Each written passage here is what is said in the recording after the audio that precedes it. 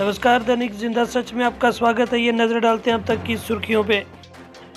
Cabinet ने प्रवासियों फंसे हुए लोगों के लिए खाद्यान्न के आवंटन हेतु आत्मनिर्भर भारत पैकेज को दी मंजूरी। घरेलू हवाई उड़ानें 25 मई 2020 से कैलिब्रेटेड तरीके से फिर से शुरू होगी। एनटीए ने जेईई मुख्य 2020 के लिए 24 मई 2020 तक नया ऑनलाइन फॉर्म भरने या पूरा करने का अवसर प्रदान किया।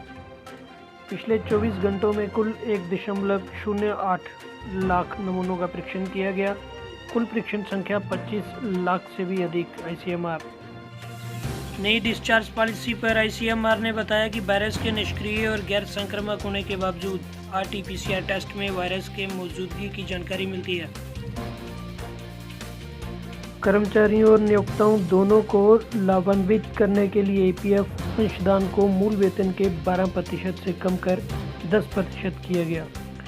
वित्त मंत्रालय ने नॉन मिलियन प्लस सिटीज के लिए अग्रिम अनुदान की पहली किस्त के रूप में 5,005.25 करोड़ रुपए जारी किए। खबर आ राजपुरा से। यहाँ बुधवार दोपहर को पंजाब से तूड़ी लेकर आ रहा ट्रक सीमावर्ती गांव बासपुर के पास बिजली की तारों की चपेट में आने से ट्रक ने आग पकड़ ली। लोगों द्वारा दमकल विभाग को सूचित करने पर बाद में दमकल कर्मियों द्वारा उस स्थान पर पहुंचकर ट्रक पर पानी डाला। मौके पर मौजूद लोगों का कहना है कि अगर पास गांव नहीं होते तो इस प्रकार ट्रक में लगी आग उससे ट्रक भी जल जाता, पर पास के ग्रामीणों द्वारा ट्रक में लगी आग पर काबू पाया गया, जिसके चलते एक बड़ी दुर्घटना होने से टल गई। वहीं अरसपुरा मीरा साहिब में बुधवार को लॉकडाउन 4 के दौरान प्रशासन द्वारा दुकानें खोलने के दिए आदेश के बाद दुकानदारों ने अपनी दुकानें खोली, जिसमें कस्बे में कई दिनों बाद फिर से रौनक वापस लौटी। प्रशासन के आदेश के बाद मुख्य बाजार में काफ़ी संख्या में लोग खरीदारी करने के लिए भी पहुंचे। हालांकि प्रशासन द्वारा दुकानदारों को सख्त निर्देश दिए गए थे कि वह सामाजिक दूरी का पूरी तरह पालन करें।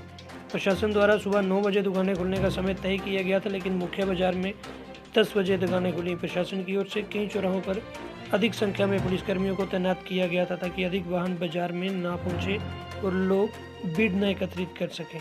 कुछ घंटों तक बाजार में काफ़ी भीड़ देखी गई, पर दोपहर के बाद दुकानों पर इक्का दुक्का ग्राहक ही खरीदारी करते हुए नजर आए। खबर सुंदरबनी से। यहाँ से हमारे संवाददाता तरुण वर्मा ने बताया, वैश्विक महामारी कोरोना से दुनिया के कई देश लड़ाई लड़ रहे हैं। संक्रमितों की संख्या भारत में भी 1 लाख का आंकड़ा पार कर चुकी है। उपजिला सुंदरबनी अभी तक इस महामारी के संक्रमण से बचा हुआ है, जिससे प्रशासन और जनता का पूर्ण योगदान है। याद रहे कि राजौरी पुंछ के लिए गाड़ियाँ सुंदरबनी के मुख्य चौराहे से होकर ही गुजरती हैं, जिनकी जांच सुंदरबनी में जम्मू पुंछ राजमार्ग पर प्रशासन द्वारा की जा रही है।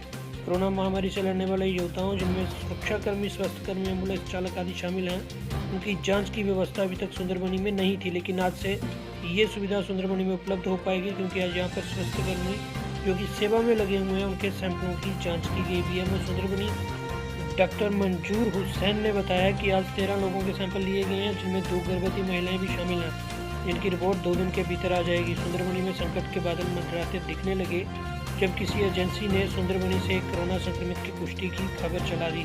उसके बाद घाटी के किसी क्षेत्र की होने का पता लगने पर लोगों ने राहत की सांस ली। कोरोना सैंपल लेने के लिए सुविधा आरंभ करवाते एसडीपी विनोद बेनिहाल, तहसीलदार जतिंदर सिंह, बीएमओ मंजूर हुसैन। जिला सांबा की रामगढ़ पुलिस स्टेशन ने की मानवता की मिसाल पेश। दरअसल रामगढ़ पुलिस स्टेशन को जानकारी मिली कि 23 साधु जो तालाबंदी में फंसे हुए थे, आज एक विशेष ट्रेन से राजस्थान के लिए रवाना हो रहे हैं, पर उनके पास रेलवे स्टेशन जम्मू तक पहुंचने का कोई साधन नहीं है।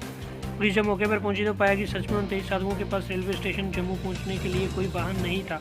रामगढ़ पुलिस ने साधुओं को खाने पीने की चीज़ें और जरूरी सामान भी मुहैया करवाया। उसके बाद रामगढ़ पुलिस ने तुरंत 56 सीटर बस का इंतज़ाम किया और उन साधुओं को रेलवे स्टेशन तक पहुँचाया।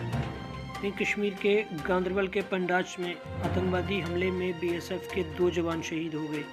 कश्मीर के गांदरबल के पंडाज क्षेत्र में बीएसएफ के 2 जवान शहीद हुए। बुधवार दोपहर मध्य कश्मीर के गांदरबल जिले के पंडाज इलाके के पास आतंकवादियों ने अर्धसैनिक बलों की 37वीं बटालियन के एक दल पर कायराना हमला किया।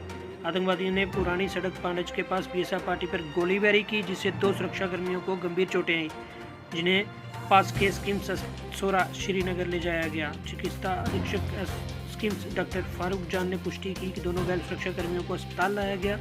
यहाँ इलाज के दौरान इन दोनों ने शहादत पाई। सूत्रों ने बताया कि बीएसएफ 37वीं बटालियन गरीबल गांदरबल में तैनात है। वहीं कोविड-19 के चलते उपराज्यपाल ने उधमपुर रेलवे स्टेशन का दौरा कर वापिस आए हुए लोगों हेतु प्रबंध की गई सुविधाओं का जायजा लिया।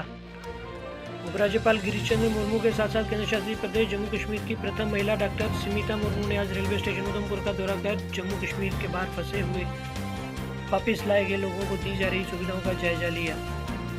जम्मू और कश्मीर में भर्ती प्रक्रिया में तेजी लाने हेतु नवीन ने गठित कमेटी की आयोजित बैठक की अध्यक्षता की। जम्मू 16 मई 2020 कृषि और बागवानी विभाग के प्रमुख सचिव नवीन चौधरी ने भर्ती प्रक्रिया में पारदर्शिता और समावेशिता के कुछ सिद्धांतों को सुनिश्चित करने के अलावा भर्ती प्रक्रिया में तेजी लाने के लिए हाल ही में गठित समिति की आयोजित बैठक की अध्यक्षता की। बैठक में विशेषकर चौथी श्रेणी के रिक्त पदों को भरने के लिए भर्ती प्रक्रिया में तेजी लाने हेतु विचार विमर्श किया गया। तो ये थी अब तक की सुर्खियां। जम्मू कश्मीर व देश विदेश की तमाम जानकारी को जानने के लिए बने रहिए दैनिक जिंदा सच के साथ। Well, it is hard time for all of us. Due to coronavirus, we have break the situation as earlier it was. But time never stopped for anyone. But it doesn't mean that we should go out and prepare for all the competitive exam. We can utilize this time by doing self-study and taking help of Aspire Ada YouTube channel. To start with, you need to prepare a proper schedule for all the subject, and without going out, you should complete all the syllabus by yourself. And when the critical situation will end, here you are. Hooray! You are ready for all the competitive exam. Utilize this time until it go. Aspire Ada Institute, best institute in Jammu for all the competitive exams. We care for you. Stay home.